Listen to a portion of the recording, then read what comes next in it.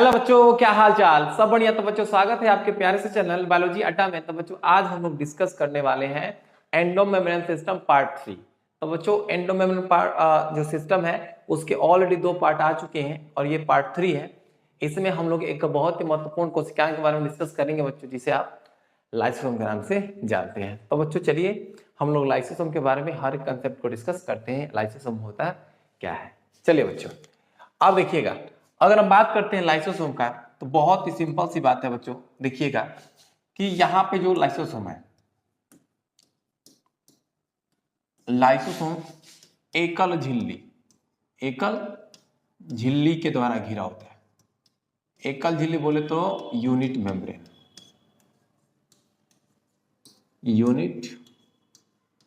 Membrane, एकल झिल्ली के द्वारा घिरी हुई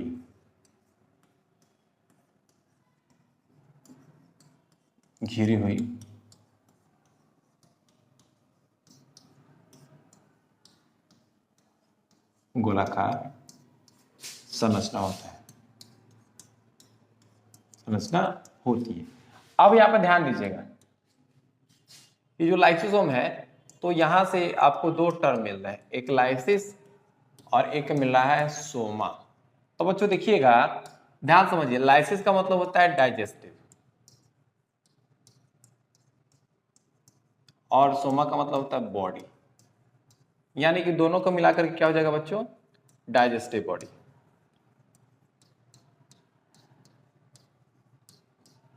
क्या होगा? डाइजेस्टिव बॉडी हो जाएगा। यानी कि यहां पर जो लाइसोसोम है बच्चों उसको हम लोग डाइजेस्टिव बॉडी नहीं कहते हैं, क्योंकि ये डाइजेशन की प्रक्रिया में भाग लेता है। ठीक है बच्चों, तो आप इसे भी नोट डाउन कर सकते हैं। इसे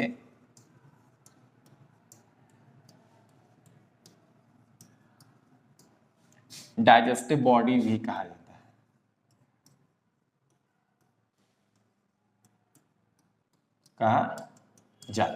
ठीक है, अब तीसरी बात, इसे हम लोग क्या कहते हैं? तो बच्चों देखिएगा, इसे हम लोग सुसाइड बैग कहते हैं। अब क्यों कहते हैं इसको हम लोग आगे डिस्कस करेंगे। सुसाइड बैग, ठीक है बच्चों, क्या जी? सुसाइड बैग कहते हैं। ओके, अब यहाँ पे जो सबसे खास बात है बच्चों की ये जो लाइसोसोम होता है इसके अंदर क्या भरा होता है? तो इसके अंदर एंजाइम भरे होते हैं, इसके अंदर, और वो भी कितने? तो बच्चों 40 से 50 प्रकार के, इसके अंदर 40 से 50 प्रकार के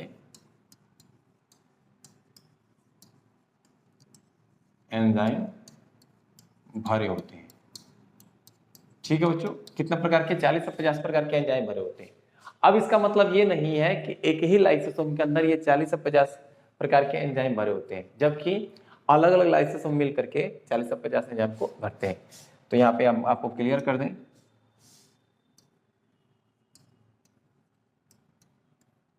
अलग अलग लाइसोसोम में पाए जाते हैं,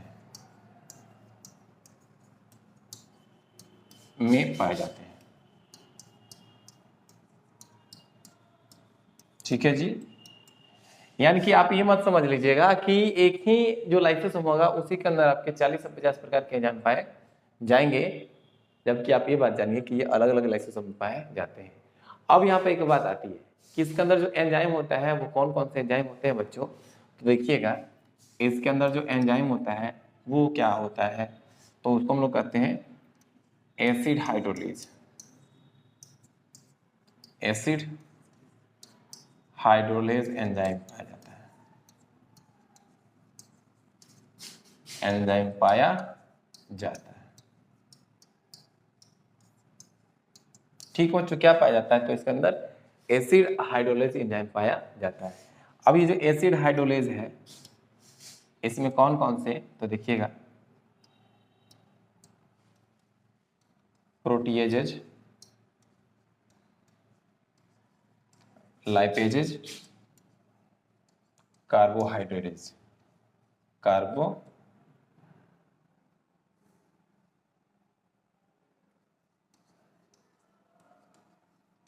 हाइड्रेजेस, यानी कि प्रोटीएजेस, लाइपेजेस और ये कार्बोहाइड्रेजेस क्या है बच्चों? तो ये हाइड्रोलेज एंजाइम है, एसिड हाइड्रोलेज है। एक और बात ध्यान दीजिएगा, लाइसोसोम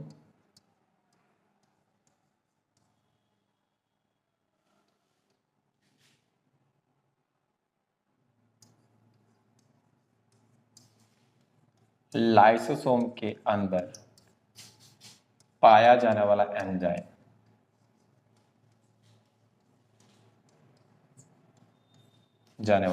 एंजाइम हाइड्रोलाइटिक होते हैं।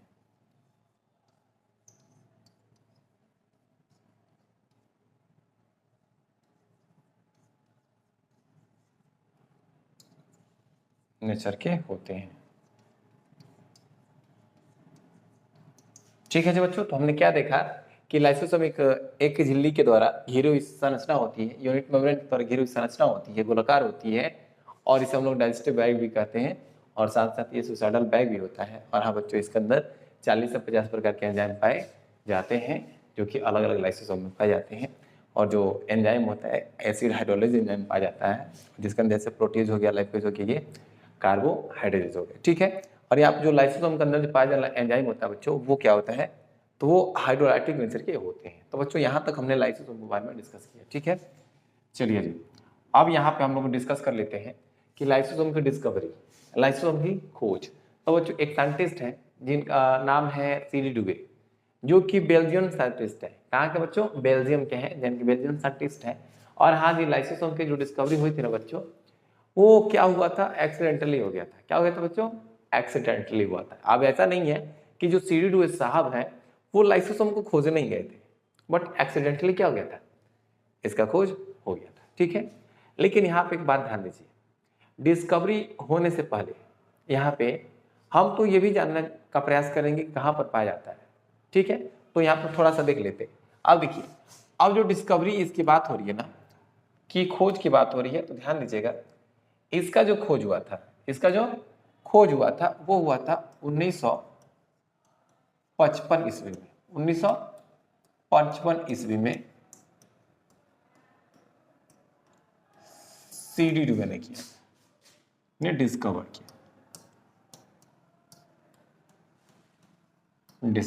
किया था।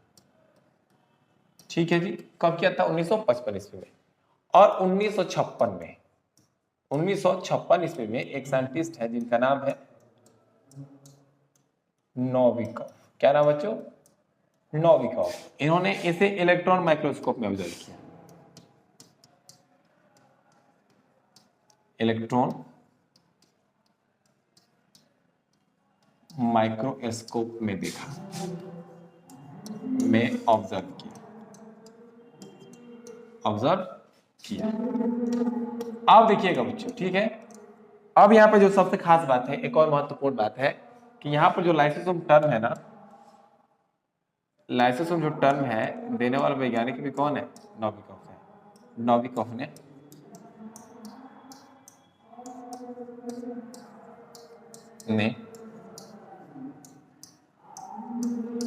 लाइसोसोम शब्द दिया, लाइसोसोम शब्द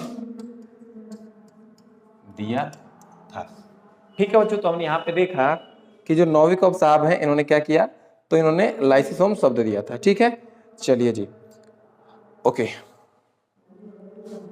अब हम यहाँ पे एक बात जान लेते हैं बच्चों कि आखिर ये जो लाइसोसोम है इसको हम लोग आत्महत्या की थैली कहते क्यों है। चलिए बच्चों जानने का प्रयास करते हैं, आप इतना नोट डाउन कर लीजिए। क्वेश्चन है कि लाइसोसोम आत्महत्या की थैली क्यों, why lysosome is suicide bag, what is about reason, इसके बिहाइंड इट, इसके पीछे क्या कारण है, इसके पीछे क्या कारण है। तो बच्चों समझिएगा, यहां पे थोड़ा सा आप जानिए, जो लाइसोसोम होता है ना,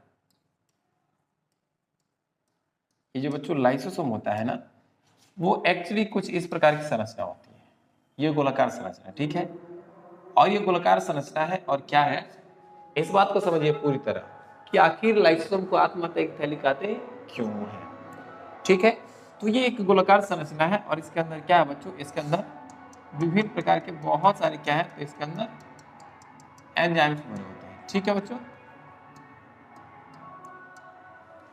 ओके जी, एंजाइम्स भरे होते हैं। एक और बात बता दे बच्चों, आप थोड़ा सा नोट डाउन कीजिएगा, ध्यान में रखिएगा कि ये जो एंजाइम होते हैं ना, लाइसोसोम के अंदर एंजाइम होते हैं, वो 4 से 5, यानी कि पीएच जो वैल्यू है, पीएच वैल्यू 4 से 5 पर क्या करते हैं, फंक्शनल होते हैं। 4 से 5 पर क्या होते हैं, फंक्शनल होते हैं, मतलब कि एथ के जो एंजाइम होते हैं वो एसिडिक मीडियम यानी 4 से 5 में कार्य करते हैं। ठीक है बच्चों, चलिए ओके। तो यहाँ पे देख पा रहे हैं कि क्या है, इसके अंदर क्या है, एंजाइम है। कौन से एंजाइम है, हाइड्रोलाइटिक नेचर के, हाइड्रोलाइटिक एंजाइम है। अब होता क्या है कि मान लेते हैं कि ये यहाँ से रप्चर हो गया, क्या हो गया बच्चों, यहाँ से रप्चर हो गया। जब रप्चर हो गया तो इसके अंदर क्या है, एसिडिक है, हाई पावर के एसिडिक है, यानी कि हाई पावर के इसमें एंजाइम है। अब जो एंजाइम है ये बाहर निकल जाएंगे, क्या हो जाएंगे बच्चों की, बाहर निकल जाएंगे। और जब बाहर निकलेंगे तो होगा यही कि कोशिका के अंदर, देखिए कोशिका के अंदर ये जब बाहर निकलेंगे तो खुद का जो कोशिकांग होना उस सेल का, उसको डिस्ट्रॉय कर देंगे। क्या कर देंगे, डिस्ट्रॉय कर देंगे, मार देंगे। और जब उसे डिस्ट्रॉय कर देंगे बच्चों तो होगा यही कि सेल की मृत्यु हो जाएगी, सेल की मृत्यु हो जाएगी, क्योंकि उसके अंदर जो कंटेंट था, सेल कंटेंट था, वो तो डिस्ट्रॉय हो गया, तो सेल क्या हो जाएगा, मर जाएगा। तो बच्चों यही कारण है कि लाइसोसोम को हम लोग सुसाइड बाय के नाम से जानते हैं। ठीक है जी, ओके। अब आपको किसी प्रकार से डाउट नहीं होना चाहिए कि लाइसोसोम को सर आखिर क्यों हम लोग सुसाइडल बैक कहते हैं। वन सेकंड फिर से रिपीट करते समझिए। अगर ये जो लाइसोसोम है इसके अंदर तो एंजाइम्स है, अगर मेम्ब्रेन इसका टूट गया तो इसके अंदर जो एंजाइम्स है वो बाहर निकलेंगे, और बाहर निकल करके जो सेल के कंटेंट है उसको क्या कर देंगे, गला देंगे, डिस्ट्रॉय कर देंगे, यानी लाइसिस कर देंगे, यानी कि उसको तोड़ देंगे, जिससे क्या हो जाएगी, सेल की मृत्यु हो जाएगी। सो दैट बच्चों इसको हम लोग कहते हैं आत्महत्या की थैली। ठीक है, चलिए आगे बढ़ते हैं। और ये पॉइंट ध्यान रखिएगा कि लाइसोसोम के अंदर जो एंजाइम होते हैं वो पीएच वैल्यू 4 से 5 पर क्या होते हैं, अच्छे से कार्य करते हैं। चलिएगा, तो बच्चों अब हम यहाँ पे बात करते हैं, यहाँ पर हम लोग बात करते हैं टाइप ऑफ लाइसोसोम का। टाइप ऑफ लाइसोसोम की बात करते हैं तो बच्चों ध्यान दीजिए, लाइसोसोम आपके 4 प्रकार के, प्राइमरी, सेकेंडरी, रेसिडुअल बॉडी और ये ऑटोफैजिक वैक्यूल, यानी कि लाइसोसोम 4 प्रकार के होते हैं। इस बात को हम लोग समझते हैं। ठीक है बच्चों, ध्यान से समझिएगा। यहाँ पे देखिए,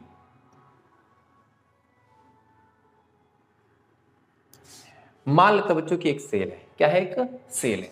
अब सेल में देखिएगा तो आपको पता चलेगा कि आपको कुछ इस प्रकार की संरचना होती है। ठीक है बच्चों,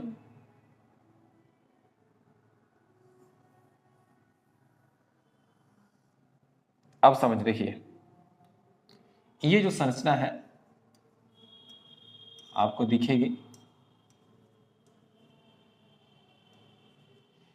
ये है एंडोप्लाज्मिक रेटिकुलम। क्या बच्चों, ये है ER, एंडोप्लाज्मिक रेटिकुलम कौन सा, तो ER। ये क्या है, ये है SER, एस्मूथ एंडोप्लाज्मिक रेटिकुलम। तो बच्चों एंडोप्लाज्मिक रेटिकुलम में आपको पता है कि एंडोप्लाज्मिक रेटिकुलम में पदार्थ बनते हैं, और वो जो पदार्थ होते हैं एंडोप्लाज्मिक रेटिकुलम के, वो गोल्गी बॉडी के अंदर जा करके उनका मॉडिफिकेशन होता है। तो बच्चों देखिए क्या हुआ कि जो एंडोप्लाज्मिक रेटिकुलम से है पदार्थ क्या हुआ, एक वेसिकल में यहाँ पे आया, देखिए। ठीक है, ये वेसिकल में है, क्या है, वेसिकल है।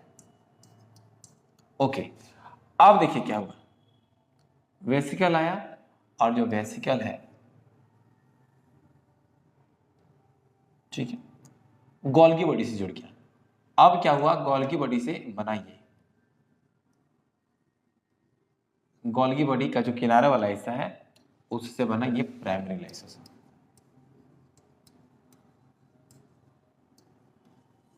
Primary lysosome. तो प्राइमरी लाइसोसोम का निर्माण कहां से होता है बच्चों, गोल्गी बॉडी से। ठीक है जी, गोल्गी कॉम्प्लेक्स। ओके, अब जो प्राइमरी लाइसोसोम है, अब क्या हुआ, थोड़ा सा आप ध्यान दीजिएगा, बहुत ही सिंपल सी बात है। देखिए बाहर पदार्थ है, बाहर पदार्थ है, मान लेते हैं ये फूड है। क्या बच्चों, ये फूड है, यहां पर भी ये फूड है, बट ये देखिएगा ये फूड है सॉलिड में, ठीक है, ये फूड है लिक्विड में। क्या बच्चों, लिक्विड में। यानी कि अब जो भोजन का होगा एंडोसाइटोसिस होगा। तो बच्चों एंडोसाइटोसिस क्या होता है, अगर आपने नहीं देखा है ना तो जाइएगा इस प्लेलिस्ट में, तो आपको मेम्ब्रेन ट्रांसपोर्ट करके एक वीडियो मिलेगी, वहां पर आपको एंडोसाइटोसिस के बारे में डिस्कस किया गया है, ठीक है बच्चों। अब देखिए क्या हो रहा है, अब यहां पर ये जो फूड है, ठीक है बच्चों, ये क्या है, ये फूड है, इसके अंदर प्रवेश करता है, इसके अंदर प्रवेश करता है,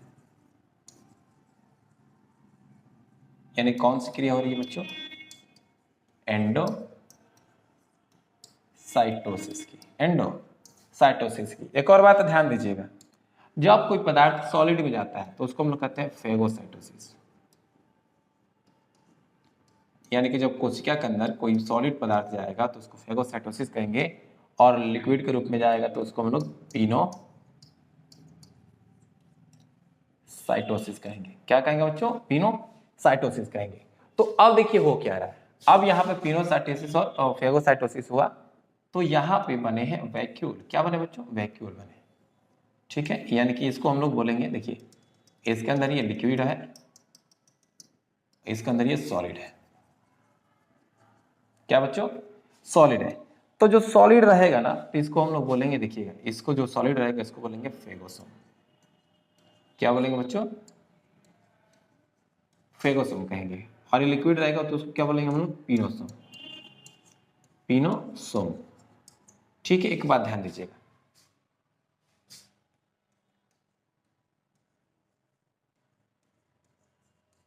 फैगोसोम और ये जो पिनोसोम है, दोनों को हम लोग बोलते हैं एंडोसोम। क्या बोलते बच्चों, एंडोसोम। इस बात को आप ध्यान रखिएगा। तो हुआ यही कि देखिए एंडोसाइटोसिस की प्रक्रिया हुई है, भोजन सॉलिड में गया है और लिक्विड में गया है, यानी कि फेगोसोम और पिनोसोम का निर्माण हुआ है।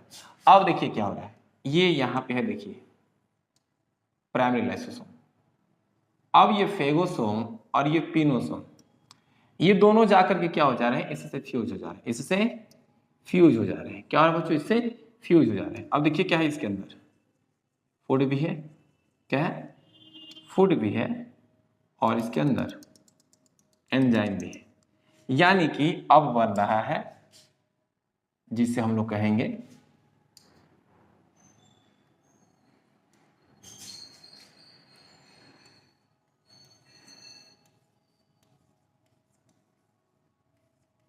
Secondary lysosome. क्या बोलेंगे बच्चों, इसको हम लोग सेकेंडरी लाइसोसोम कहेंगे, ठीक है। अब यहां पर देखिए क्या होता है, अब होता यही है कि जो सेकेंडरी लाइसोसोम है उसमें डाइजेशन की प्रक्रिया होती है। सेकेंडरी लाइसोसोम में डाइजेशन की प्रक्रिया होती है, और डाइजेशन की प्रक्रिया के फलस्वरूप क्या होता है, तो इसके अंदर जो न्यूट्रिएंट है, इसके अंदर जो न्यूट्रिएंट है वो पच करके क्या होता है, तो किसके अंदर चले आते हैं, तो साइटोप्लाज्म में चले आते हैं। यानी कि यहाँ पे जो है बच्चों वो क्या है, साइटोप्लाज्म है। क्या है, साइटोप्लाज्म है। अब देखिए क्या हुआ कि अब यहां पर वैक्यूल ही बचा है, और इसके अंदर देखिएगा, इसके अंदर बचा है अनडाइजेस्टेड फूड, बिना पचा हुआ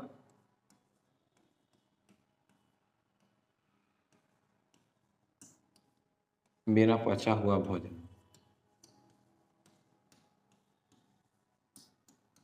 बिना पचा हुआ भोजन, जिसको बोलते हैं हम लोग अनडाइजेस्टेड फूड, अनडाइजेस्टेड फूड।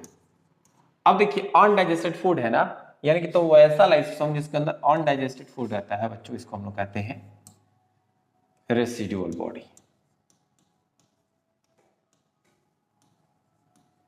क्या बोलते हैं इसे, रेसिडुअल बॉडी कहते हैं। अब जो रेसिडुअल बॉडी है ना बच्चों, वो क्या होता है, तो सेल मेम्ब्रेन के पास आता है, सेल मेम्ब्रेन के पास आता है, और क्या होता है, इससे चिपक जाता है, सेल मेम्ब्रेन के पास आता है और इससे चिपक करके फट जाता है। अब फट जाता है तो होता ही यही है कि इसके अंदर जो पदार्थ था वो बाहर निकल जाता है, पदार्थ बाहर निकल जाता है, और इस प्रक्रिया को हम लोग कहते हैं बच्चों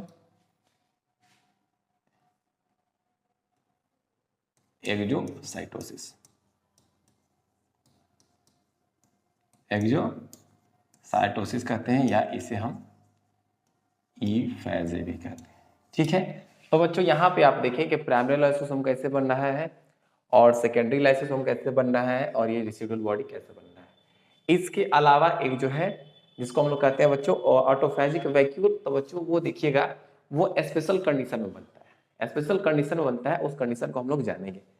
फिलहाल आप क्या करेंने, तो आप इसे स्क्रीनशॉट ले लीजिए बच्चों, क्योंकि यहाँ पे हमने बहुत कुछ बातें बताई जिसमें क्या हुआ कि देखिए कि ये SER है, स्मूथ एंडोप्लाज्मिक रेटिकुलम है, इससे वेसिकल्स बने और ये गोल्गी बॉडी से फ्यूज हो गए।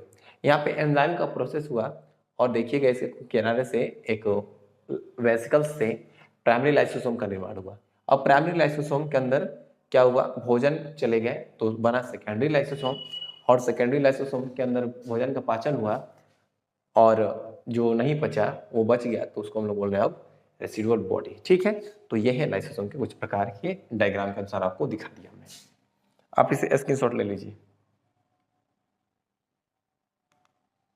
ओके, अब यहाँ पे जानिए कि ये प्राइमरी लाइसोसोम होता क्या है। प्राइमरी लाइसोसोम होता क्या है, बहुत ही सिंपल सी बात है कि ये प्राइमरी लाइसोसोम होते क्या है।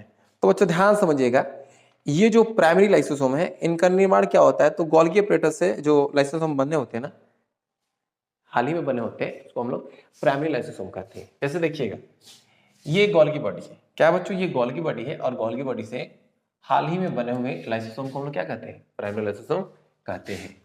यानी कि समझिए, देखिए ये गोल्गी बॉडी है, ठीक है, और इससे क्या बना है बच्चों, इससे बना है लाइसोसोम। ठीक है, इससे क्या बना है, लाइसोसोम, यानी कि प्राइमरी लाइसोसोम। ठीक है, तो सिंपल सा प्राइमरी लाइसोसोम क्या होता है, तो आप इसे नोट डाउन कर सकते हैं कि वैसा लाइसोसोम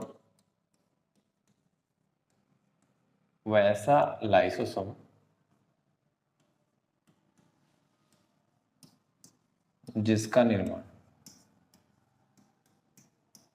गोल्गी बॉडी से होता है।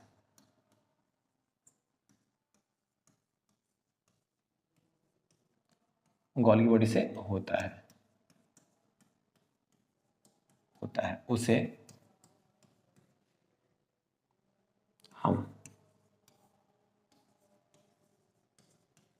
प्राइमरी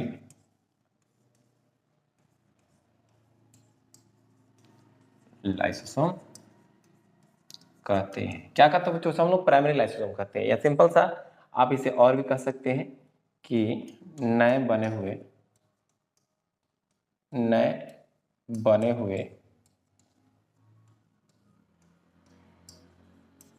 लाइसोसोम को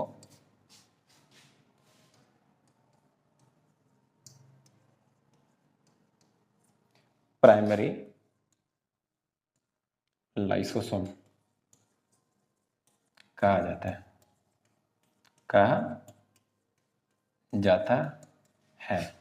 और हाँ जी बच्चों,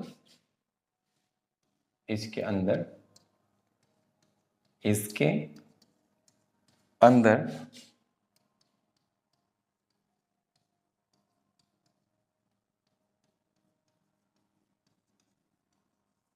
हाइड्रोलाइटिक एंजाइम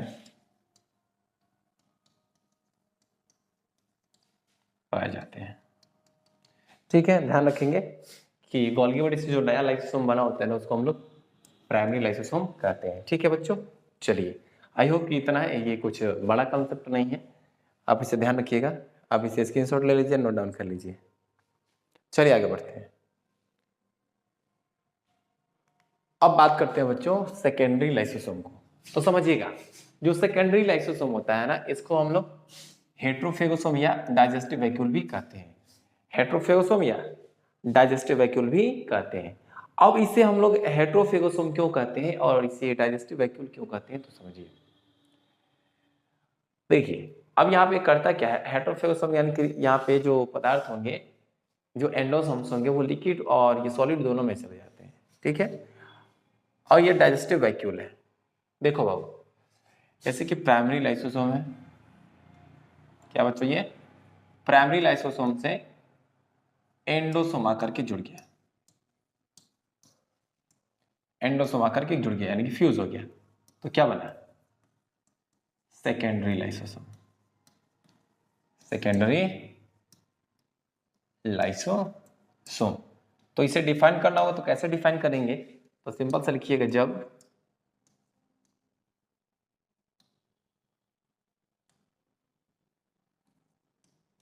जब प्राइमरी लाइसोसोम से, जब प्राइमरी लाइसोसोम से एंडोसोम फ्यूज रहते हैं, क्या होता है बच्चों, एंडोसोम फ्यूज हो जाते हैं, फ्यूज हो जाते हैं, तब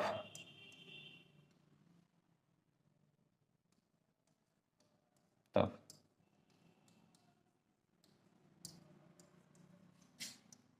सेकेंडरी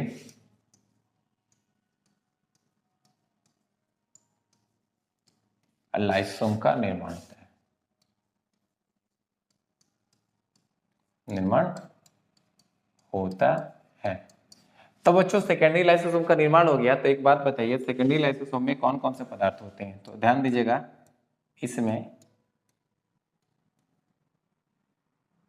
फूड और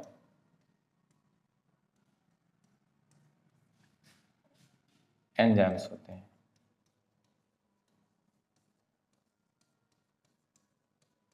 होते हैं। ओके, इसमें पाचन की क्रिया होती है, इसमें डाइजेशन की क्रिया होती है, की क्रिया होती है, इसलिए इसे हम डाइजेस्टिव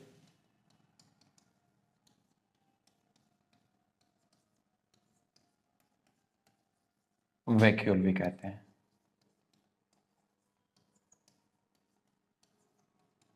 ठीक है बच्चों, तो क्या हुआ कि इसमें डाइजेशन की क्रिया भी होती है, इसलिए हम इसको डाइजेस्टिव वैक्यूल भी कहते हैं। बहुत ही सिंपल सा कंसेप्ट है, यहाँ पे कोई बड़ा कंसेप्ट नहीं है बच्चों, ठीक है। चलिए अब हम पहुंचते हैं नेक्स्ट। आप ध्यान रखिएगा कि जो सेकेंडरी लाइसोसोम है, इनका निर्माण कैसे होता है।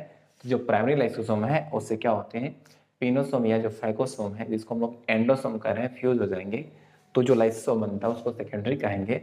और इसके अंदर भोजन भी रहता है बच्चों, और इसके अंदर लाइसोसोम के एंजाइम भी रहते हैं, और इसमें डाइजेशन की प्रक्रिया होती है, इसलिए इसको हम लोग डाइजेस्टिव वैक्यूल भी कहते हैं। आई होप कि इतना क्लियर हो गया बच्चों, किस प्रकार से क्लास आपको बोरिंग नहीं लगेगी, ध्यान से समझिएगा, ठीक है।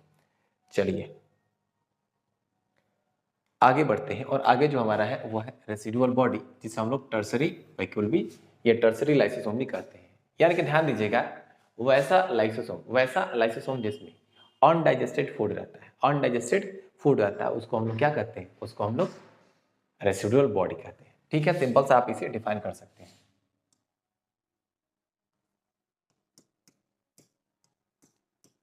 वैसा लाइसोसोम जिसमें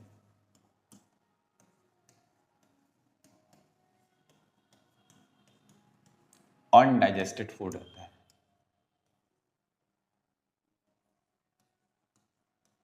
फूड रहता है, उसे हम रेसिडुअल बॉडी कहते हैं।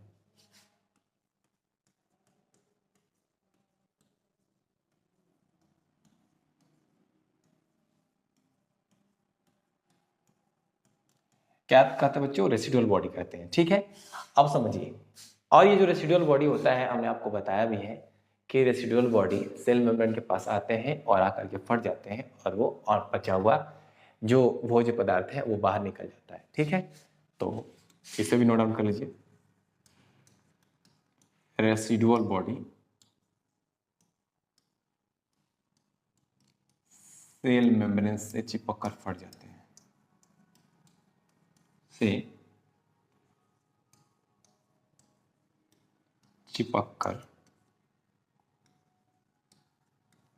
फट जाते हैं, फट जाते हैं, जिससे अनडाइजेस्टेड फूड बाहर निकल जाता है।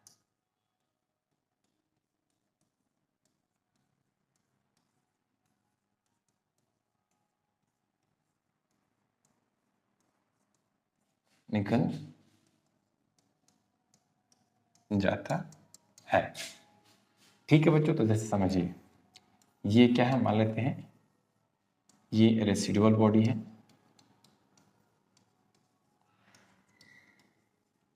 रेसिडुअल बॉडी है, ये यहाँ पे मेम्ब्रेन आया और क्या हो गया, चिपक गया। ठीक है, चिपक कर क्या हो गया, फट गया, जिससे क्या होगा कि जो अनडाइजेस्टेड फूड है वो बाहर निकल जाता है। तो बच्चों ये था रेसिडुअल बॉडी। आई होप कि ये क्लियर हो गया होगा। अब यहाँ पे जो सबसे महत्वपूर्ण है कि देखिएगा, सबसे महत्वपूर्ण है कि क्या हो कि जो रेसिडुअल बॉडीज हैं वो सेल से बाहर ही ना निकले या कुछ खास प्रकार के एंजाइम ही उपस्थित ना हो, तो क्या होता है बच्चों, तो कुछ बीमारियां हो जाती हैं जो ये है। जैसे तो आप सबसे पहले ये जानिएगा कि जब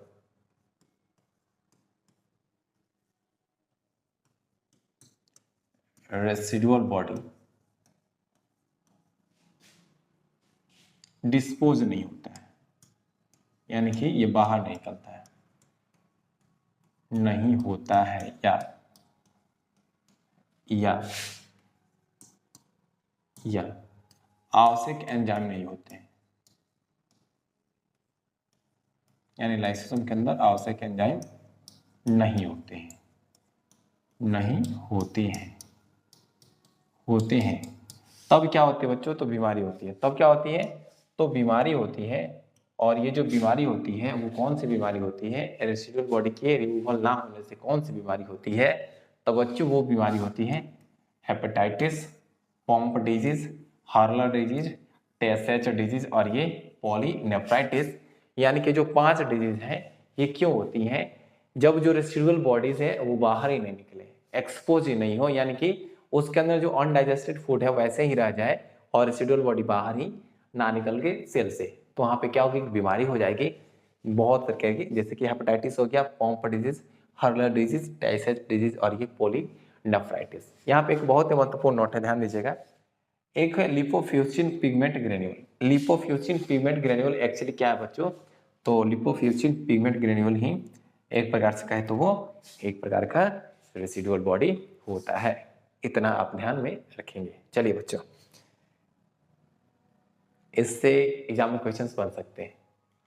अब है ये ऑटोफेजिक वैक्यूल। ऑटो मतलब स्वयं, फैजिक बोले तो फैगोसाइटोसिस यानी कि खाने की क्रिया। ऑटोफेजिक वैक्यूल क्या होते हैं, तो समझिएगा। मान लेते हैं कि सेल है और सेल पुराना हो गया, डेड हो गया। क्या हो गया, पुराना हो गया, डेड हो गया या एंजियोड हो गया। तो वैसे सेल को क्या होगा बच्चों, तो ये जो ऑटोफेजिक वैक्यूल है उसको डाइजेस्ट करने का काम करते हैं, ठीक है, डिस्पोज करने का काम करते हैं। तो ध्यान दीजिएगा इनका निर्माण कैसे होता है, ठीक है, तो बहुत से प्राइमरी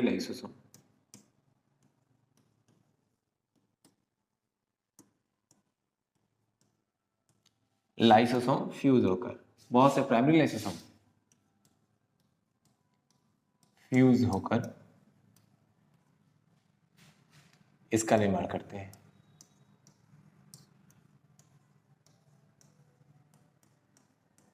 निर्माण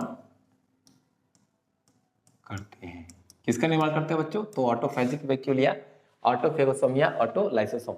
एक और बात ध्यान दीजिएगा, इनका निर्माण विशेष कंडीशन में होता है, हमेशा नहीं होता है। इनका निर्माण विशेष कंडीशन में होता है।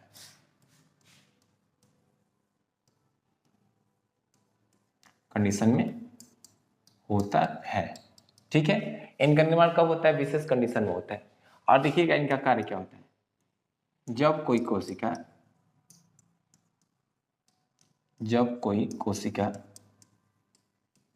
डैमेज जाती है, डैमेज या इंज्योर्ड हो जाती है,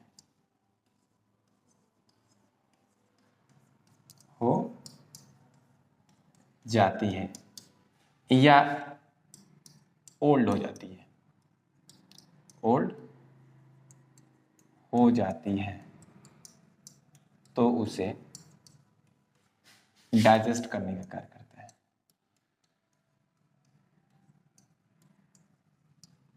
करने का कार्य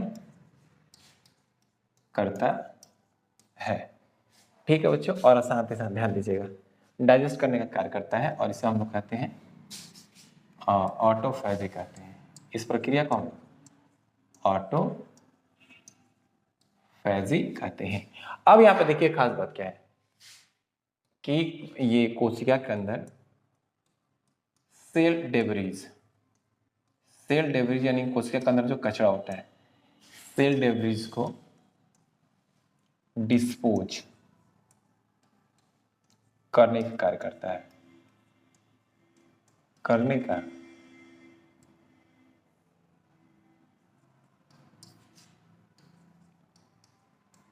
कार्य करता है।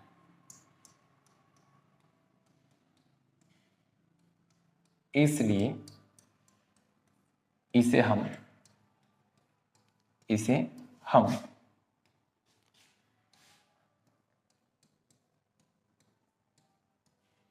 डिस्पोजल बैग या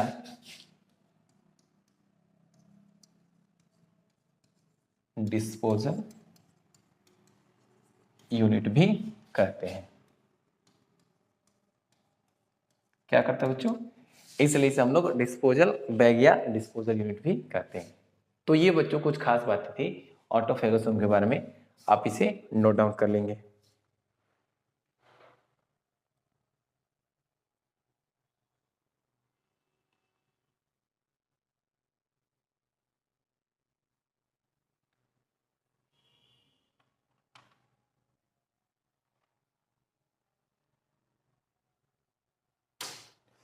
ओके जी, अब ध्यान दीजिए।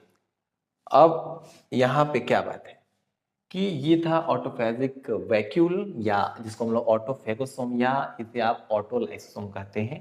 तो इसने क्या किया था? ऑटोफेजिक की क्रिया की थी। चलिए बच्चों हम आगे बढ़ते हैं और अब लोग जानते हैं ऑटोलाइसिस क्या होता है। ऑटोलाइसिस क्या होता है? ठीक है, सेल्फ डिस्ट्रक्शन ऑफ सेल, यानी कि ऑटोलाइसिस एक ऐसी प्रक्रिया है जिसमें लाइसोसोम के द्वारा सेल्फ कोशिकाओं को क्या कर देना? लाइसिस कर देना, डाइजेस्ट कर देना, क्या कहलाता है? ऑटोलाइसिस कहलाता है। ठीक है बच्चों, तो आप इसे नोट डाउन कर सकते हैं कि वैसी प्रक्रिया जिसमें लाइसोसोम के द्वारा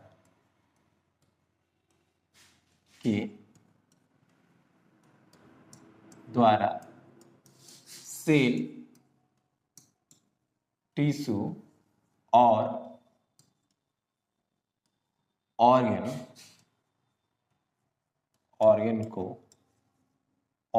को नहीं बच्चों, ऑर्गन का, ठीक है, ऑर्गन का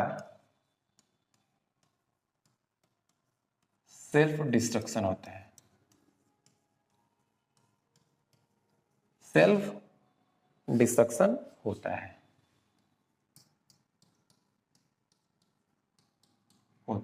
इसे ऑटोलाइसिस कहते हैं।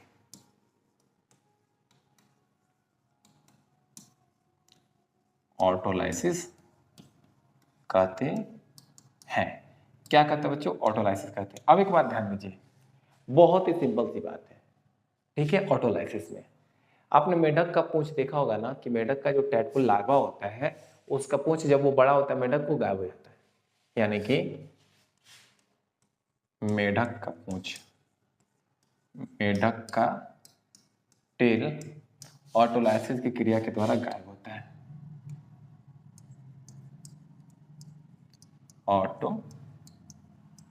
ऑटोलाइसिस की क्रिया के कारण गायब होता है।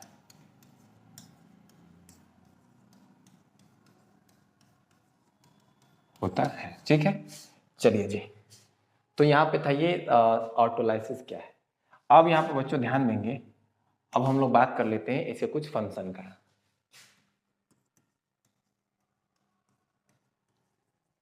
फंक्शन में सबसे पहले बच्चों इंट्रासेलुलर डाइजेशन, कोशिका के अंदर पाचन, इंट्रा सेलुलर डाइजेशन में भी भाग लेता है, कोशिका के बाहर पाचन में भी, एक्स्ट्रा सेलुलर डाइजेशन में भी भाग लेता है। तीसरा ऑटोफेजी, बताया भी हमने, ऑटोफेजी में भाग लेता है। चौथा ऑलरेडी डाइजेशन में तो भाग ले ही रहे हैं। और ये चौथा प्रोसेस क्या है बच्चों, तो चौथा प्रोसेस है ऑटोलाइसिस। ऑटोलाइसिस और हाँ एस्पर्मलाइसिन, एस्पर्मलाइसिन, एस्पर्मलाइसिन यानी कि यह ओवम के अंदर स्पर्म के प्रवेश करने के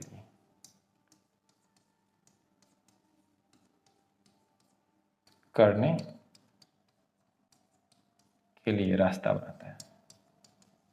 कैसे, तो इसके अंदर जो एंजाइम होते हैं वो उसको गला देते हैं, ठीक है। चलिए, यहां पर हमने देखा ये लाइसोसोम के कार्य हैं, ठीक है बच्चों। तो ये intracellular digestion, extracellular digestion, autophagy, autolysis और ये एस्पर्मलाइसिन का जो निर्माण है वो लाइसोसोम में होता है। जो इससे क्या होता है बच्चों कि यहां पर ध्यान दीजिए, एस्पर्मलाइसिन, और ये होता है कि ओवम का जो सरफेस होता है ना, दीवार होता है ना, उसके अंदर स्पर्म का न्यूक्लियस प्रवेश करने के लिए रास्ते की आवश्यकता होती है। तो बच्चों ये लाइसोसोम के अंदर पाया जाने वाला जो एंजाइम है एस्पर्मलाइसिन, यही उसको अंदर जाने के लिए रास्ता प्रदान करता है। तो बच्चों ठीक है, तो आज के लेक्चर में हमने यहाँ पर लाइसोसोम के बारे में कंप्लीटली डिस्कस किया। तो बच्चों नेक्स्ट वीडियो में हम लोग मिलेंगे और उसमें हम लोग एंडोमेट्रियल सिस्टम का जो लास्ट पार्ट है जिसको हम लोग कहते हैं वैक्यूल, उसके बारे में कंप्लीट डिस्कस करेंगे। क्या होता है टोनोप्लास्ट, ये सब कुछ हम लोग जानेंगे। क्या होता है सेप वैक्यूल, गैस वैक्यूल, ये हर एक बात को डिस्कस करेंगे। तो बच्चों आज की क्लास में लाइसोसोम कितना ही। ऑल द वेरी बेस्ट, मिलता हम लोग नेक्स्ट